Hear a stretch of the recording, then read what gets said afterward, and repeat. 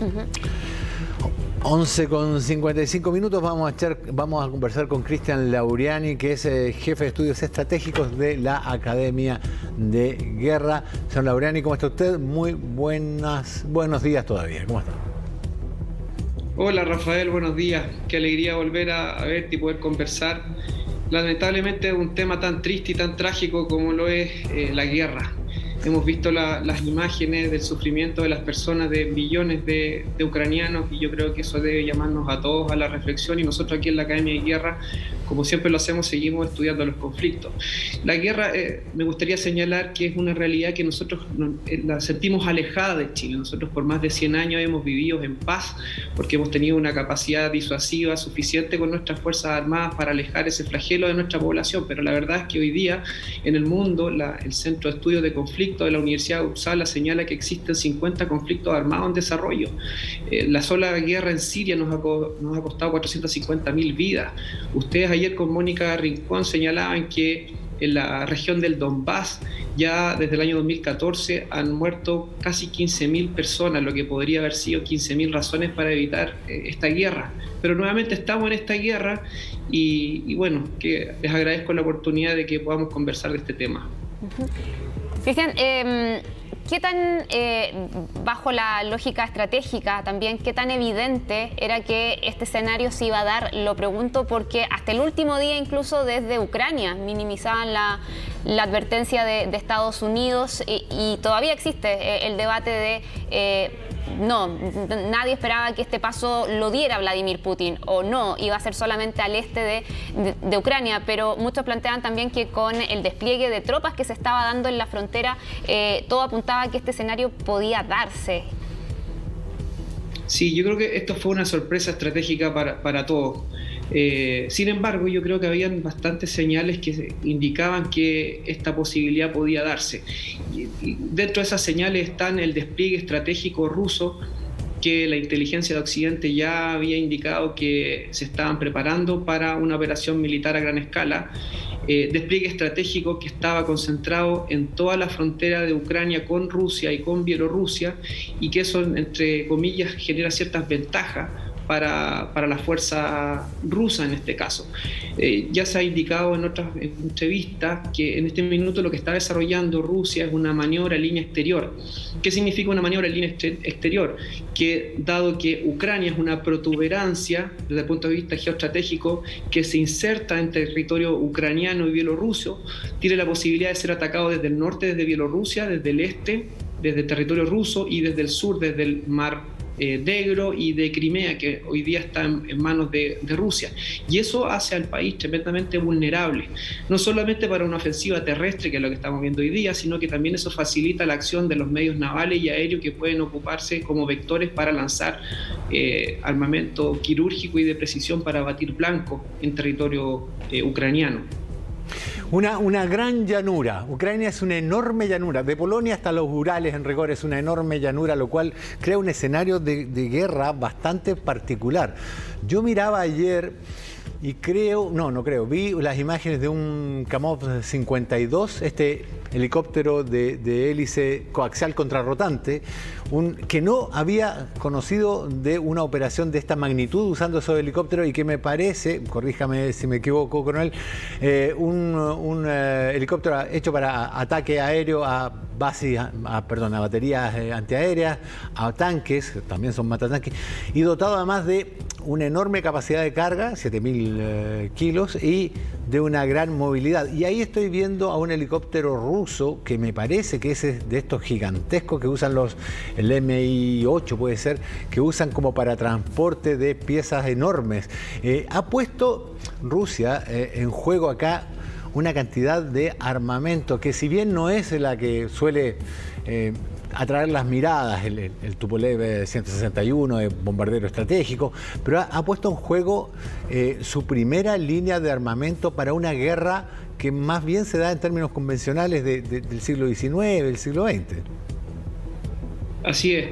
Bueno, el espacio que tú señalas es apto para la maniobra corazada, y la maniobra corazada integra medios de tanques, medios de infantería mecanizada y blindada, que es infantería que va dentro de vehículos que le entregan cierta protección, y esto viene apoyado desde el aire con medios de helicópteros de ataque como los que tú señalas.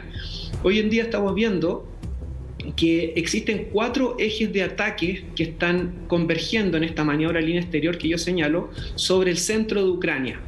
Nosotros en la Academia de Guerra estimamos que el objetivo estratégico de la campaña es Kiev, porque hacia allá va el esfuerzo principal de Ucrania, pero esto va acompañado de otros 3 esfuerzos secundarios.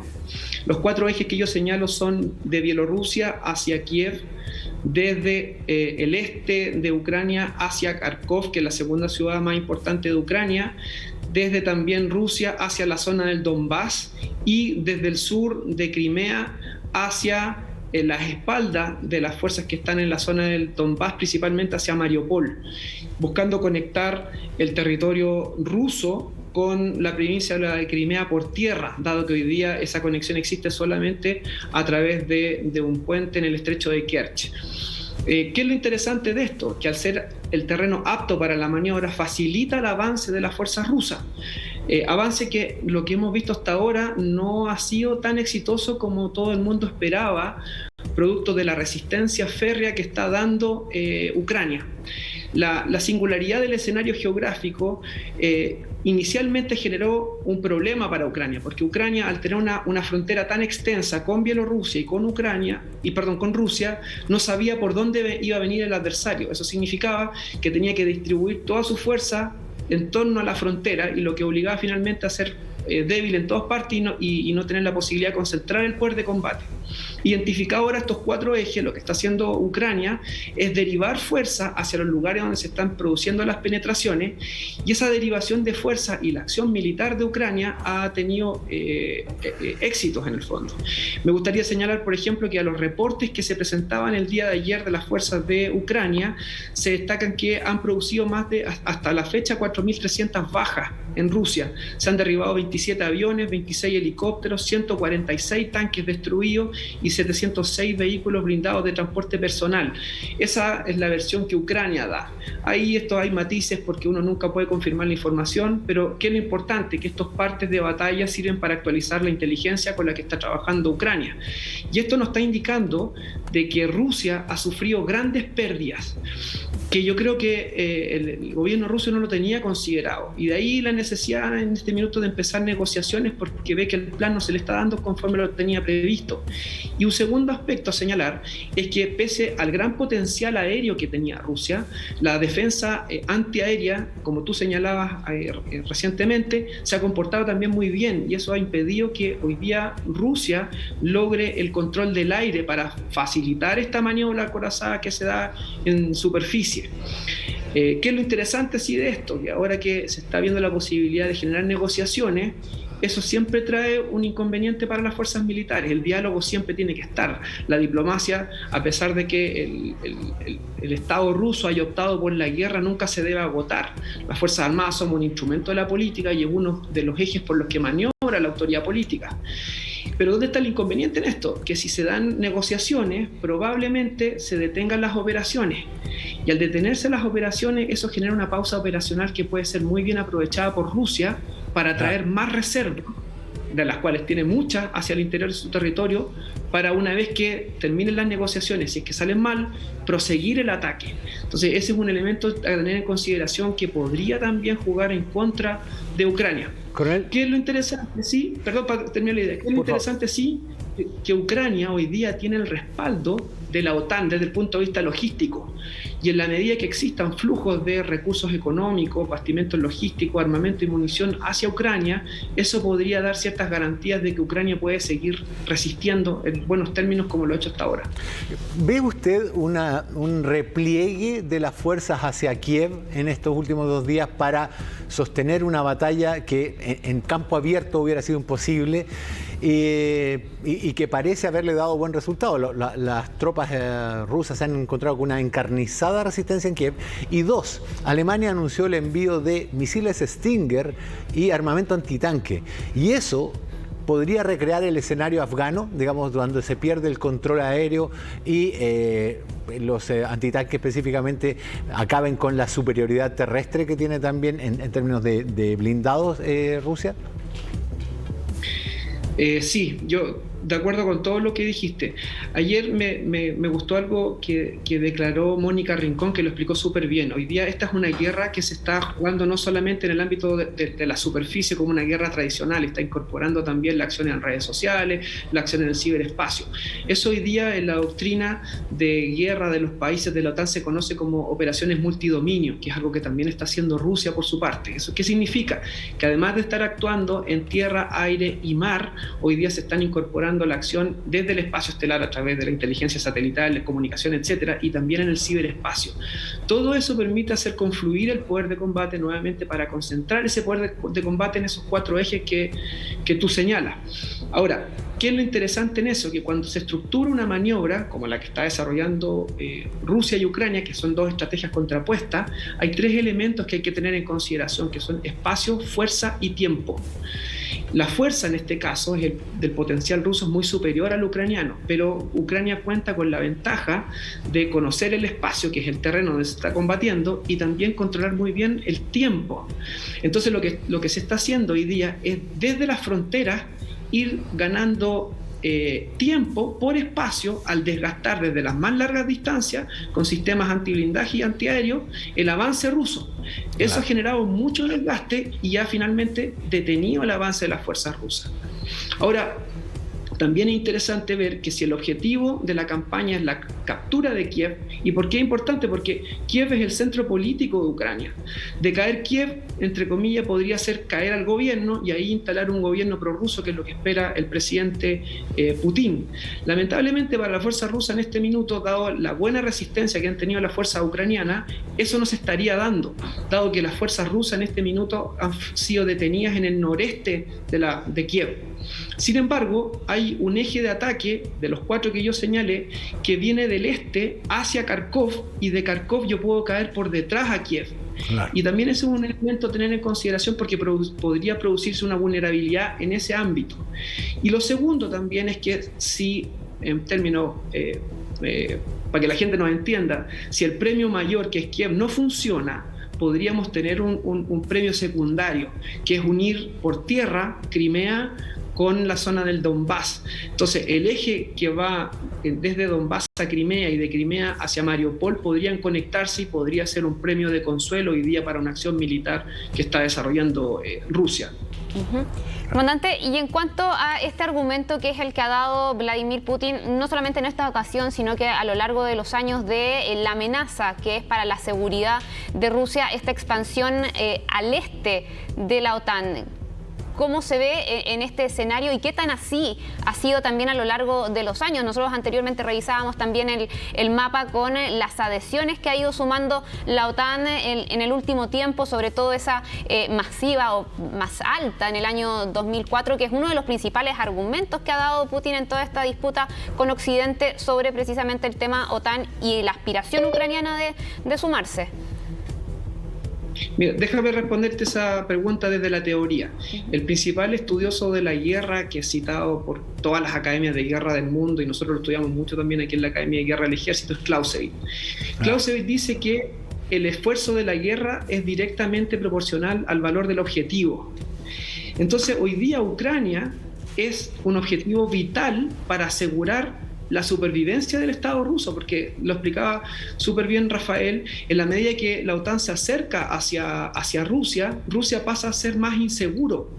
Sin embargo, para la OTAN, Ucrania no es vital para su supervivencia. Con lo que los países de la OTAN tienen en términos de defensa y el despliegue que tienen es suficiente, y ahí uno entiende por qué para Rusia fue importante ir a la guerra por ese espacio de seguridad que representa Ucrania, y por qué la OTAN no se ha visto involucrado en la guerra, porque para Rusia Ucrania es vital y para la OTAN Ucrania no es vital. Eso no implica que desde el punto de vista de las relaciones internacionales la OTAN no esté apoyando con recursos económicos y con armamento para poder asegurar en cierta forma lo que está pasando.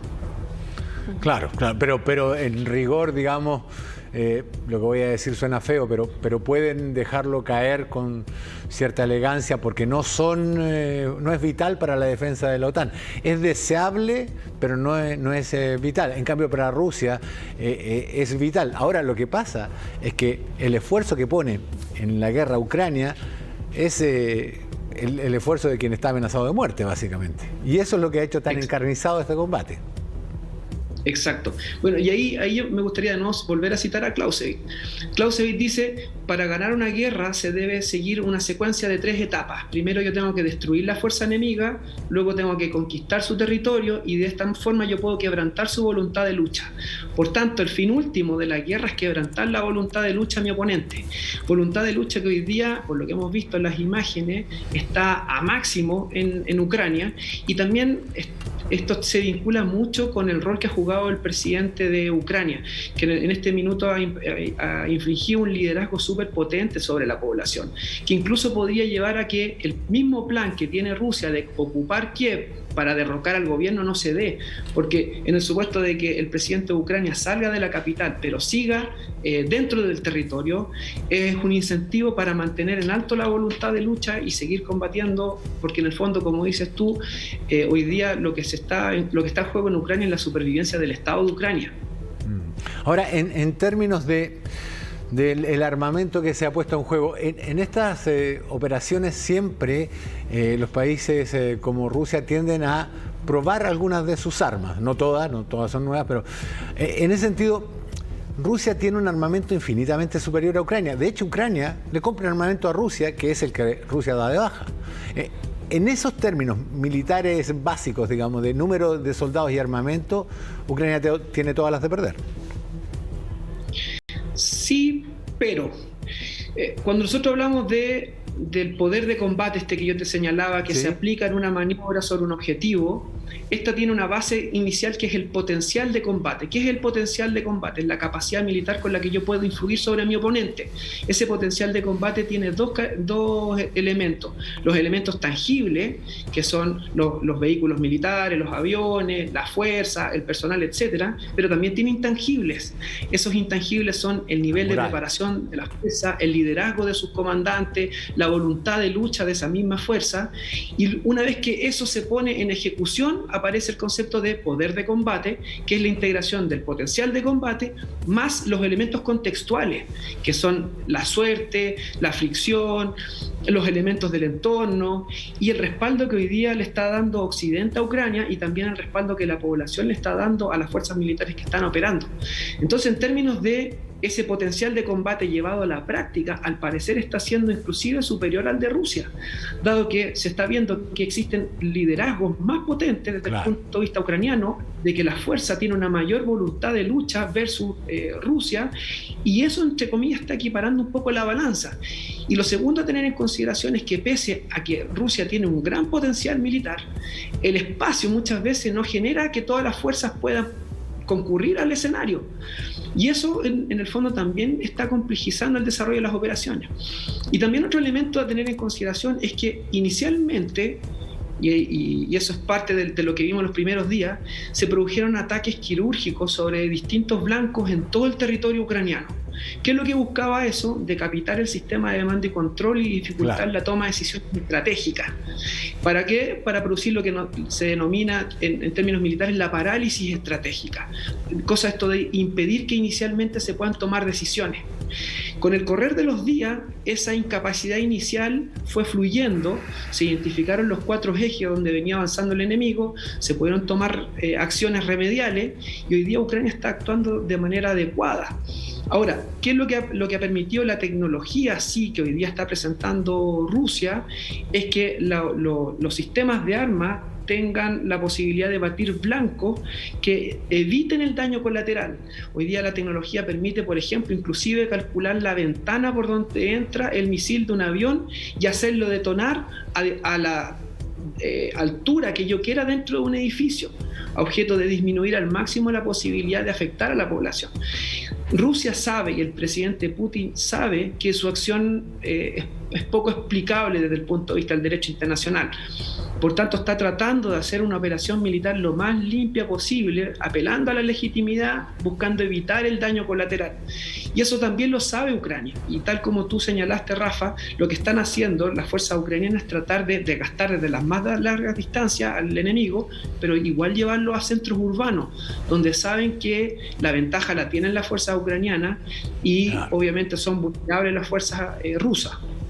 Comandante, pero esa tesis ya se cayó luego del avance hacia Kiev y lo que hemos visto.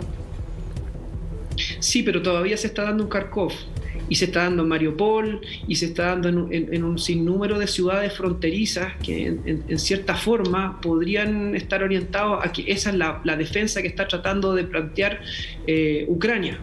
Y eso lo sabe Rusia. De hecho, hay ciudades que hoy día están siendo cercadas y sobrepasadas por las fuerzas acorazadas rusas, algo muy similar a lo que hicieron las fuerzas coaligadas cuando invadieron Irak el año 2003, donde muchos centros poblados iban quedando a las espaldas a medida que se iba produciendo una penetración acorazada, rápida y violenta como la que vimos, que en esta oportunidad, en el caso ruso, no se ha dado.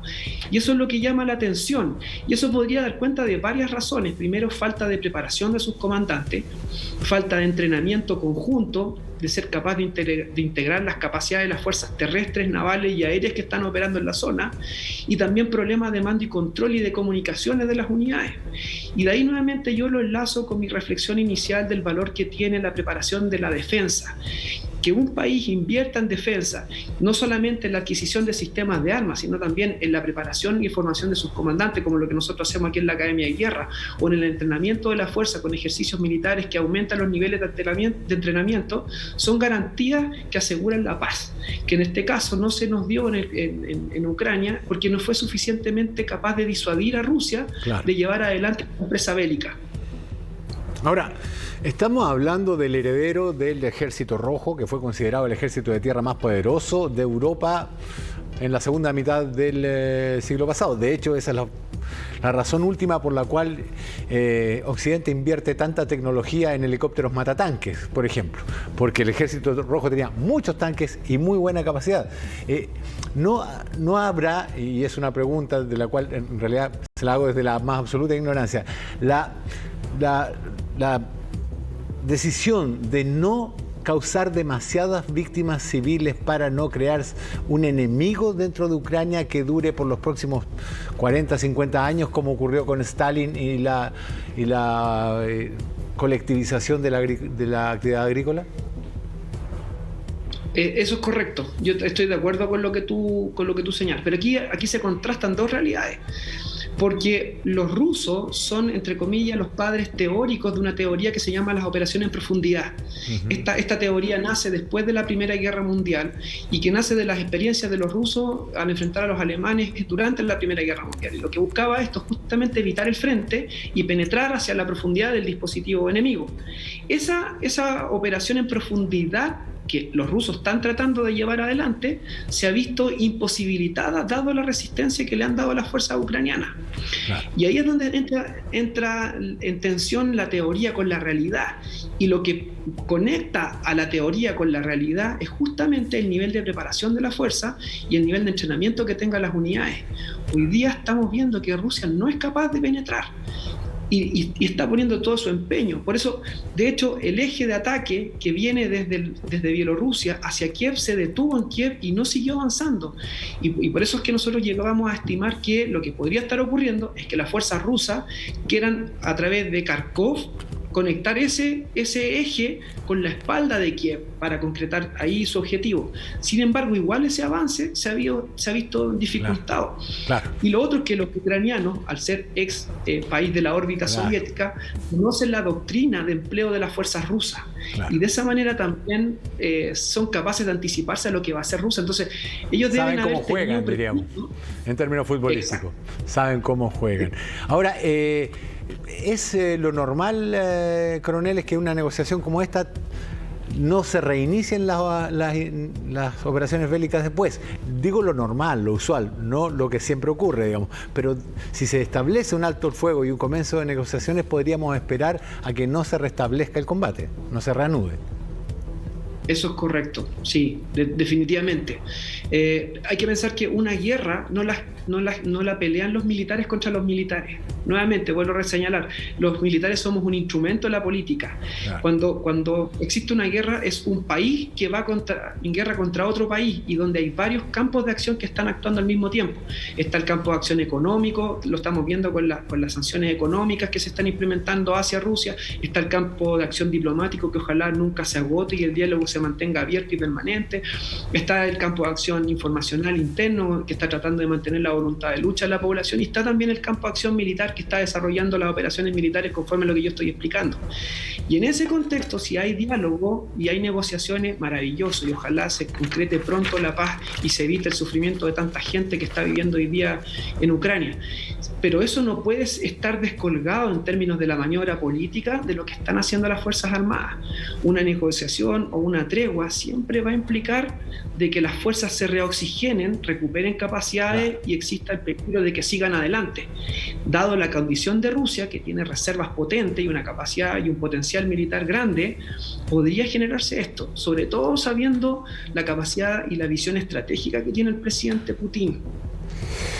Teniente Coronel Cristian Lauriani, que es jefe de estudios de la Academia de Guerra del Ejército, le quiero agradecer por el tiempo que nos ha dedicado a Jacinta Molina y a mí acá en Chilevisión y CNN, y agradecerle, sobre todo después de tanto tiempo sin vernos. Muchísimas gracias. Un abrazo grande, Rafa, y saludos a Jacinta y a nuestros televidentes. Cuídense, que tengan un buen día. Muchas gracias. Son las 12:21. Esa es la imagen de Kiev, que ya empieza a verse el atardecer, esas nubes que 5 de la tarde con 21 minutos, por allá. Esas nubes que hay al fondo es lluvia. Así es como se aprecia la lluvia cuando uno tiene ese nivel de llanura, digamos. Y eso significa que las tropas acantonadas en las afueras de Kiev, los tanques van a despertar con barro, que es malo para la movilización, no de los tanques, por supuesto, pero sí para los blindados que transportan personal. Una de las intangibles de los que nos hablaba Cristian Lauriani recién. Hacemos una pausa y volvemos aquí en CNN.